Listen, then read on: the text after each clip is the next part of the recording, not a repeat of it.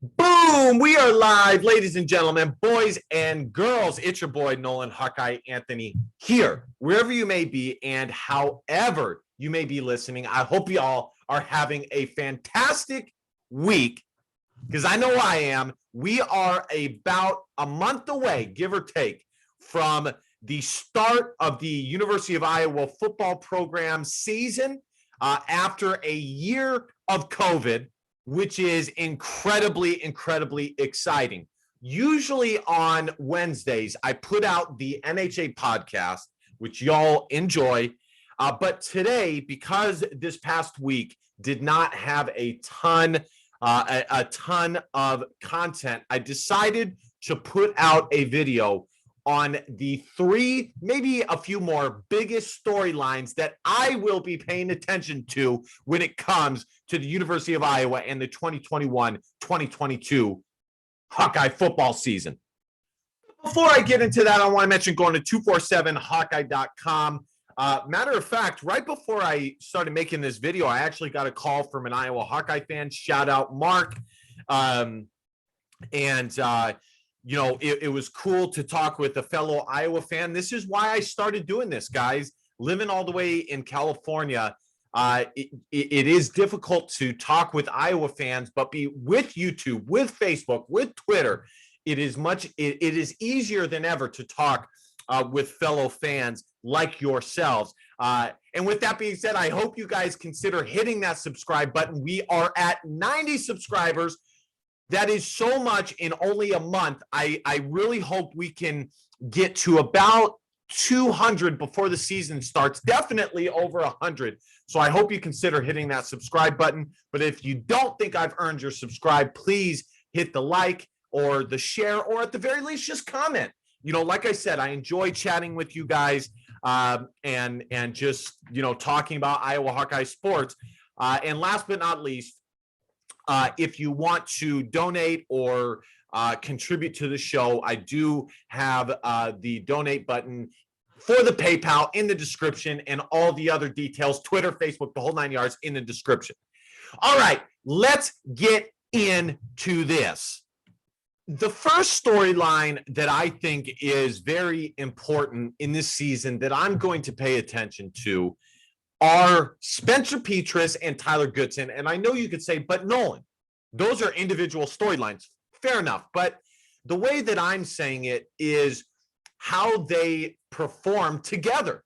And I do think, there are times, especially with Iowa Hawkeye sports, where the quarterback and the running back have a connection. LaShawn Daniels and CJ Beathard, Ricky Stanzi and Adam Robinson, that is just unique.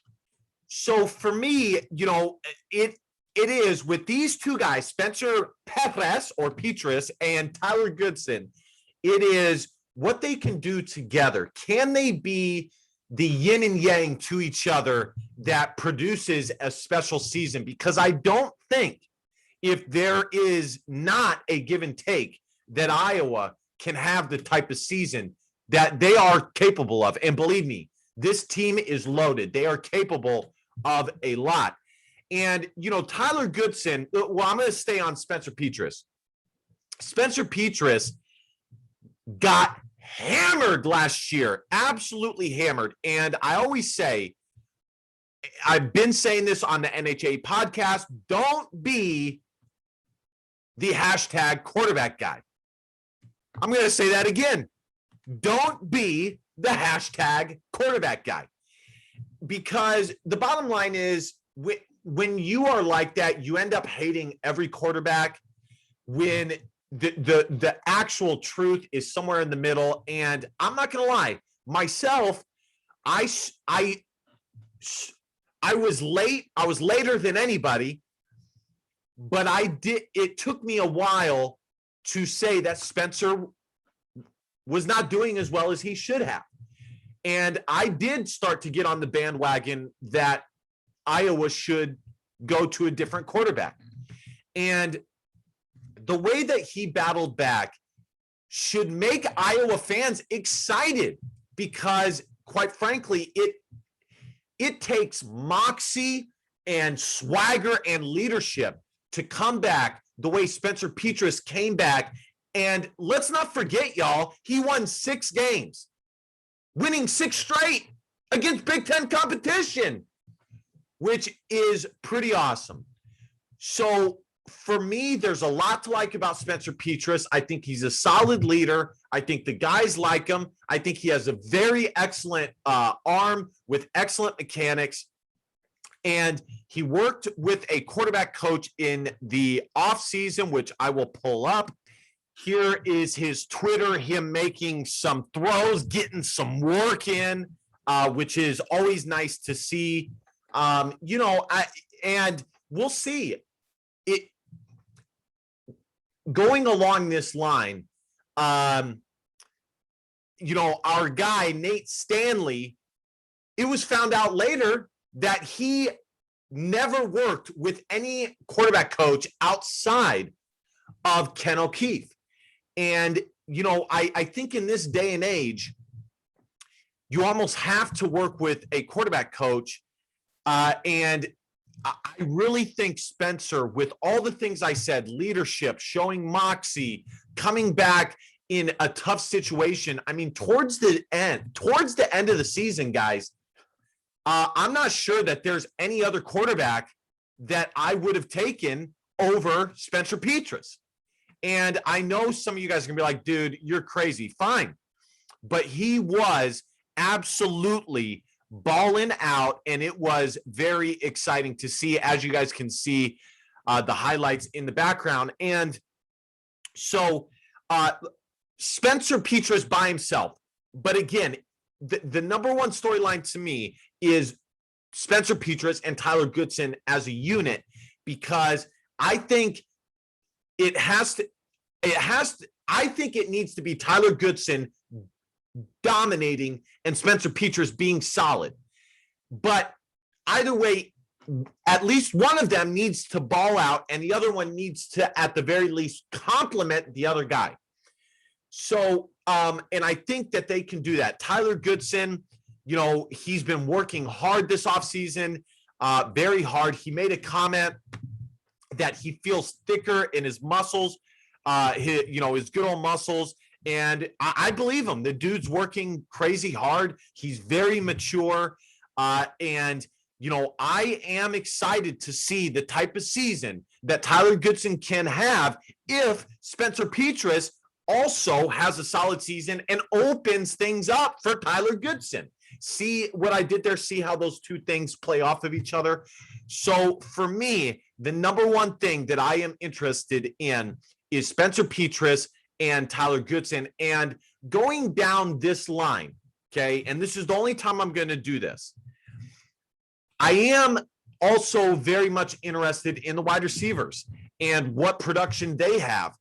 But I'm not going to choose them as a focal point for the top 3 storylines. But it is, Iowa finally had an NFL wide receiver or a guy drafted in the NFL at wide receiver. And, it just, and to me, Nico Raggiani, aka Nico Reganey, and Tyrone Tracy, it seems like they've been playing at Iowa for 4+ years. And those guys are solid wideouts. So I am excited with that. But let's just go the passing game and even more pinpoint Tyler Goodson and Spencer Petras storyline number 1. There you guys can see the Spencer Petras and Tyler Goodson. And the last thing I do want to say, I'm sorry, but really quickly, don't get it mistaken. The wide receiver group is loaded with so many stories. Keegan Johnson is getting all the praise, but I bet you many folks would not know that Arlen Bruce was actually ranked higher as a composite ranking than Keegan Johnson. Arlen Bruce is actually the highest rated wide receiver Iowa has had, not Keegan Johnson. So it will be interesting, not to mention the guys like Max Cooper, Desmond Hudson, who was a very athletic project that I am Charlie Jones, those guys, it is interesting to see what they are capable of. So that is no doubt about it, a sub story that is very, very intriguing. All right, guys, the number 2 most interesting storyline for me is Kirk Ferentz / the rest of the coaching staff. And I love coaching. I love what coaches can get out of players. Being an Iowa fan, we know how big of a difference a coach can make in the trajectory of individual players and the team as a whole. And, with Kirk Ferentz, he's going into his 23rd season. Hold on, let's check that out.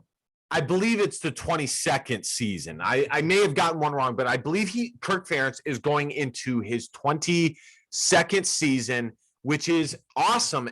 But there are some aspects of Kirk Ferentz that are starting to get interesting. I hate to say it, but the allegation is still there, or the allegations are still there.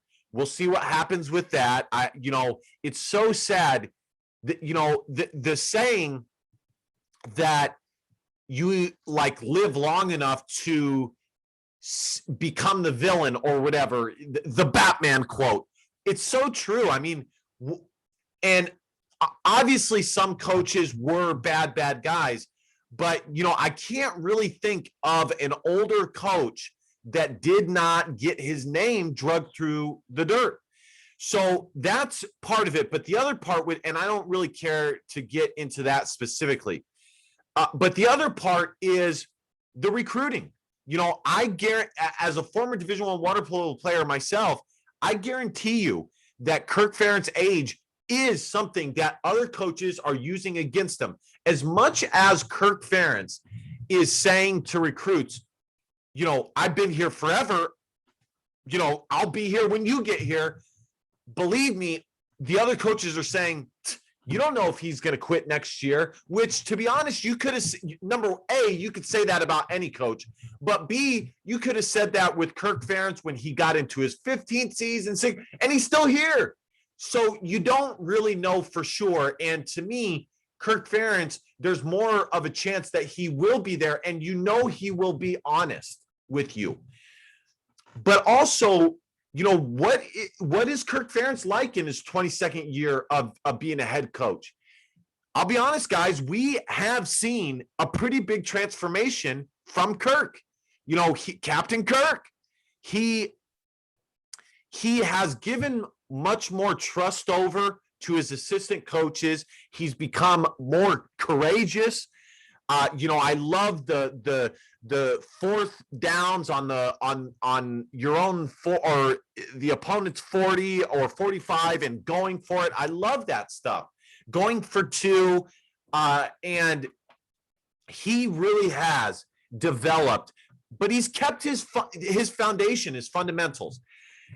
So Kirk Ferentz in general is very interesting. And can he get one more Big Ten championship appearance? And I got to say, guys, on a side note, I believe that Kirk Ferentz is trying to win one more Big Ten championship, and then he'll be done. I used to think it was 2, but I think it's 1. And I think if he makes it to a Big Ten championship game and Iowa does not win, that might be enough by itself. So there are tons of stuff with Kirk Ferentz and by himself as a head coach for this Iowa team. Moreover, Iowa lost Tim Posek, who was phenomenal as an offensive line coach, sending Tristan Wirfs to the NFL and numerous other guys. And he was an excellent recruiter. He was replaced by George Barnett, who, by the way, folks, is doing a pretty good job. If we look at George Barnett, he's probably been Iowa's best recruiter this year. And granted, he is the position coach for one of the best positions that Iowa has. But he's landed Jack Dotzler. You guys can see it right here, Cale Crow and Cody Fox. But it will be interesting to see what he does with this young but talented offensive line from Iowa. And then there's Liddell Betts. You know, I tend to believe that guys like Liddell Betts who have the sports IQ can become excellent coaches. And it will be interesting to see if anything at all is different at the running back position, whether it's more explosive, I don't know.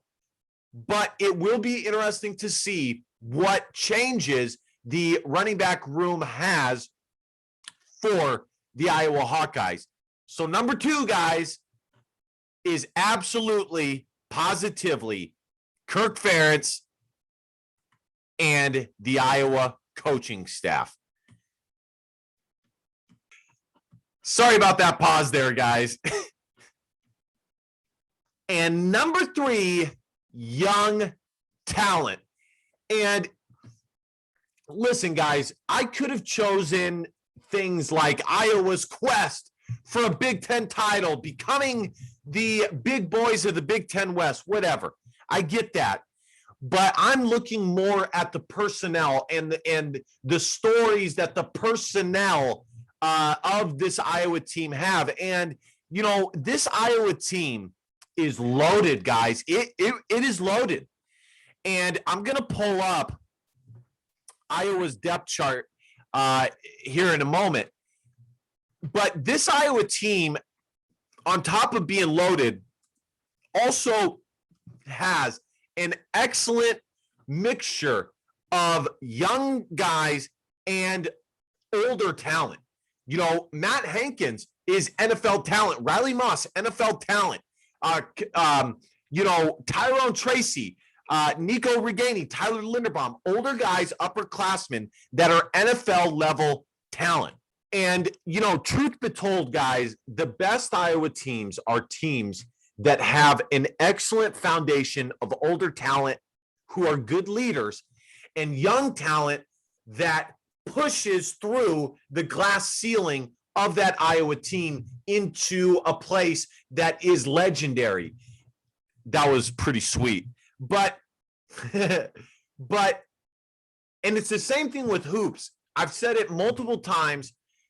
You know, there are teams that with the older, more experienced talent, they have a ceiling that is only so high.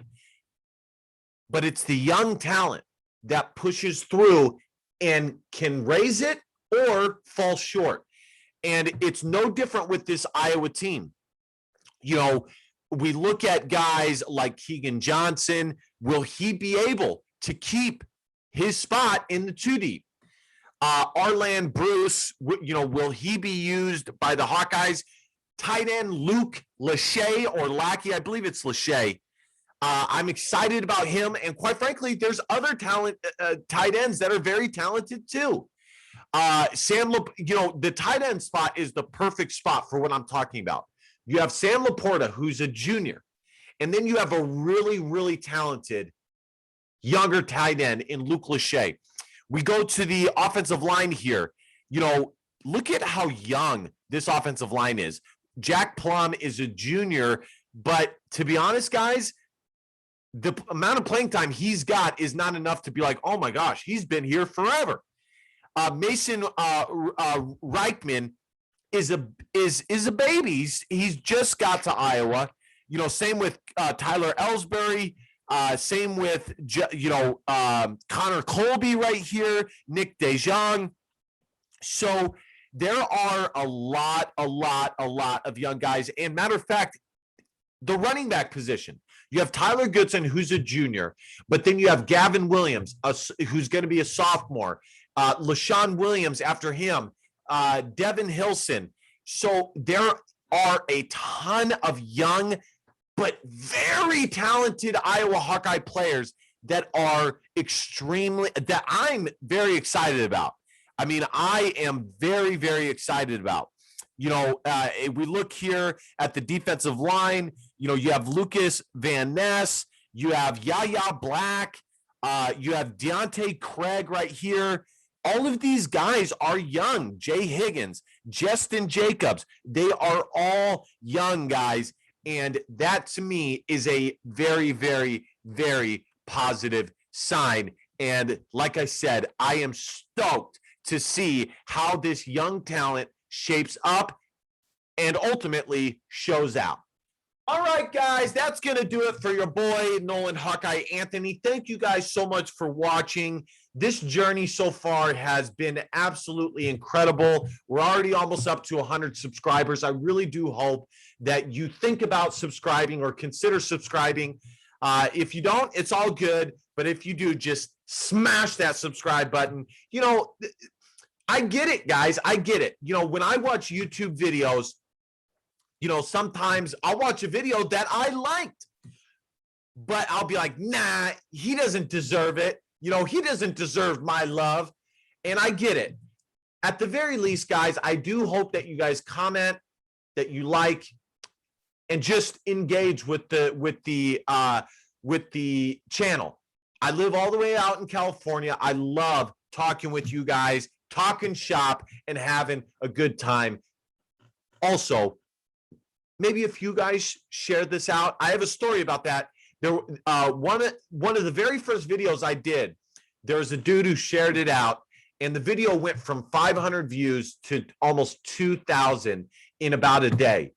All it takes is one of you guys sharing the heck out of the video, and it makes all the difference in the world. Last but not least, if you guys want to support the channel, be sure to go to the PayPal. I have a link in the description. Other than that, guys, everything is in the description, the Twitter, the Facebook, the whole 9 yards. I hope you guys go there so you guys don't miss a beat. Be sure to catch the NJ podcast every Wednesday. And finally, DBAP, don't be a pussy willow, and facts or feelings, because your feelings don't matter. Love y'all. Go Hawks.